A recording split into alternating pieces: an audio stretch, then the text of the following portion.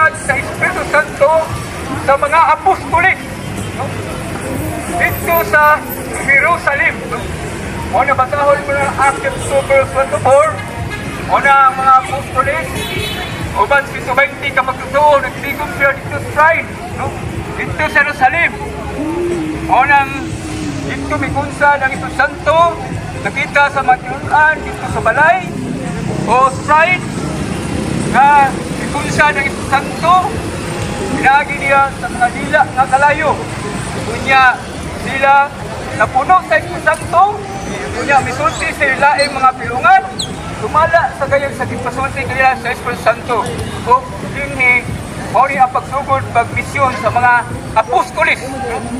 Kaya nagalawat naman sila sa Espiritu Santo. Mao ni ang pinundong sa atong Ginoong Kristo. Sa Acts chapter 1 verse 8, ayaw gimo paglakaw hangtod nga dili nyo madawat ang Espiritu Santo. Mao to nga ang mga lusig apostolis being obedient, no?